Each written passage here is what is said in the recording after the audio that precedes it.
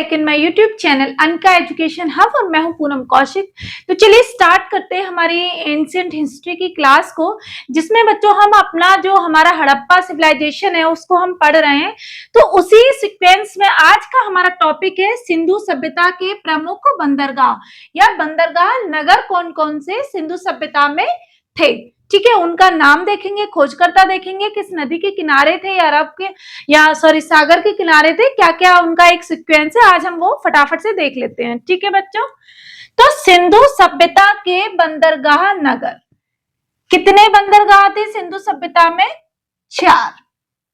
पहला स्थल में है, पहला लोथल, दूसरा बालाकोट, तीसरा सुतकांगेडोर और चौथा है अल्लार्दे नोह।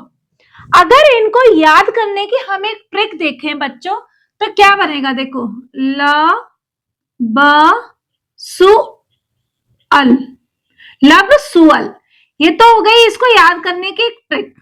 ठीक है, ये याद करने की एक ट्रिक हो गई। सेकंड थिंग कि ये किस नदी के किनारे या किस सागर के अंतर्गत ये बंदरगाह आते थे।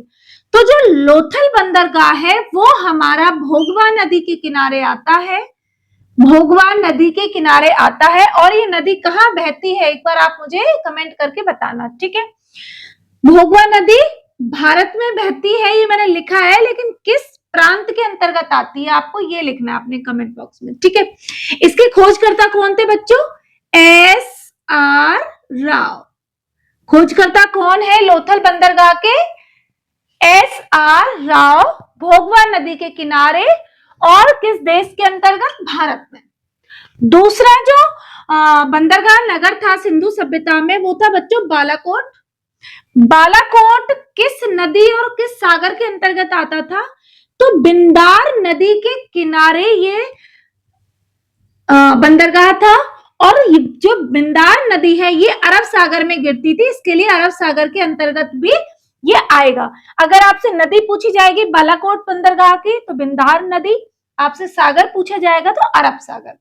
देश पाकिस्तान में बालाकोट, बालाकोट स्ट्रेक याद है तो उसी से याद रखना है कि बालाकोट कहाँ है? पाकिस्तान में है। किस नदी के किनारे था? बिंदार नदी या अरब सागर। खोजकर्ता कौन थे बच्चों? G.S. Dells, G.S. डेल्स इसकी क्या है? खोज करता है। ठीक है, तीसरा नंबर का जो हमारा बंदरगाह था सिविलाइजेशन में सुतकांगेडोर।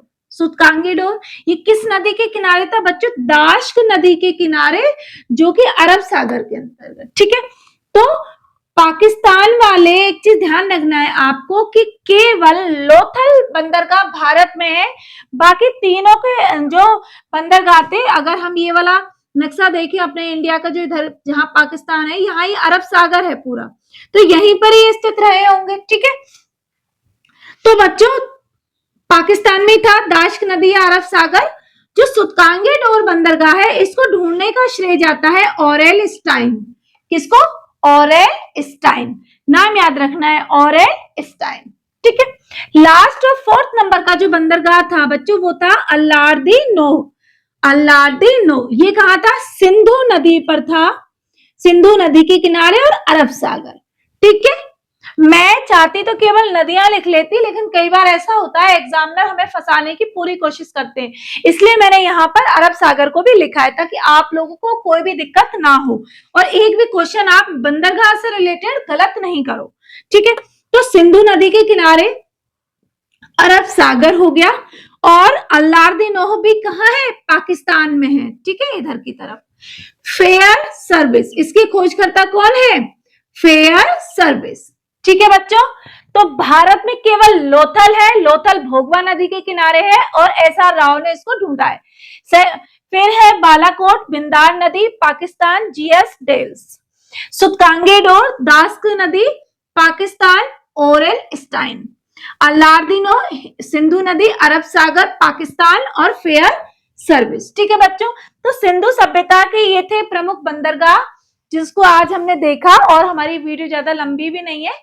ठीक है, तो आपको ही समझ में आया, अच्छी बात है, आपके काम में आएगी ये वीडियो, जरूर आएगी। ठीक है, तो चलिए मिलते हैं एक नई क्लास में एक नए टॉपिक के साथ, तब तक बने रहिए हमारे साथ। Bye bye, Radhe Radhe.